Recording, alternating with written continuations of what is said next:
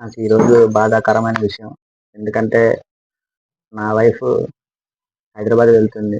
దానికి గల కారణం ఏమిటంటే, నేను గత 3 నెలల నుంచి 10, 15 వేలు మధ్య అప్పు చేస్తున్నాను. ఆ ఉద్దేశంతోనే తను వెళ్ళిపోతుంది. నేనే వెళ్దామనుకున్నాను. కానీ పిల్లల చదువులు ఉంటాయి గదా! మేముండే ఊరు నుండి పిల్లల స్కూలు పాత ఊర్లో ఉండేది. 4 కిలోమీటర్లు, 5 కిలోమీటర్లు ఉంటుంది కాబట్టి రోజు తీసుకెళ్ళి తీసుకురావాలి. ఆ ఉద్దేశంతోనే నేనే ఉండిపోతున్నా. తను ఇంతకుముందు నర్సరీలో చేసేది. రోజుకి 300 వచ్చేదనమాట.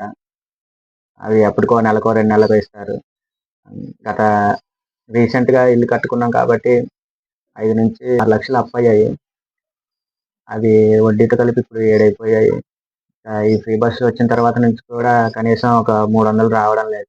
ఇంకా ఆ ఉద్దేశంతోనే తను ఇంకా ఈ 3 సంవత్సరాల్లో ఎంత అప్పయిపోతాయని ఆలోచించి తను ఈరోజు డిసిషన్ తీసుకుంది.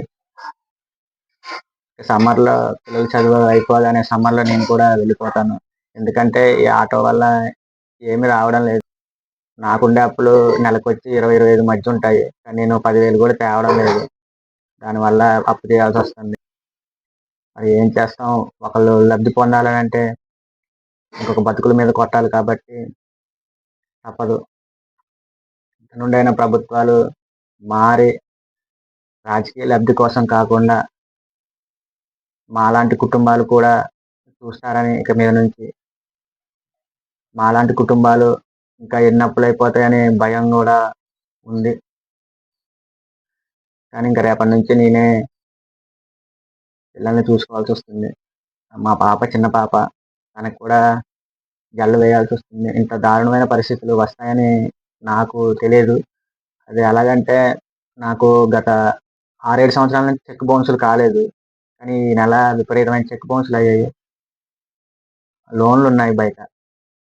బజాజు, ఎల్&టి చిన్న చిన్న లోన్‌లున్నవి. అవి చెక్ బౌన్సులయ్యాయి. వీటి వల్ల నేను గత వారం నుంచి నిద్రపోవడం లేదు. నిద్ర రావడం లేదు.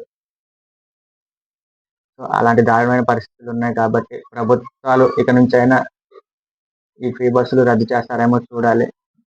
ఒకానొక స్టేజ్‌లో నాకు విపరీతమైన ఆలోచనలు అలాంటి ఆలోచనలొస్తున్నాయి. ఇక నుంచైనా ప్రభుత్వాలు మారతాయని నేననుకుంటున్నాను. నిన్న మా ఊరు నుంచి సిటీలోకి ఎంటర్ అవ్వడానికి 17 కిలోమీటర్లు. రూ. 40 దారుణమైన పరిస్థితులున్నాయి.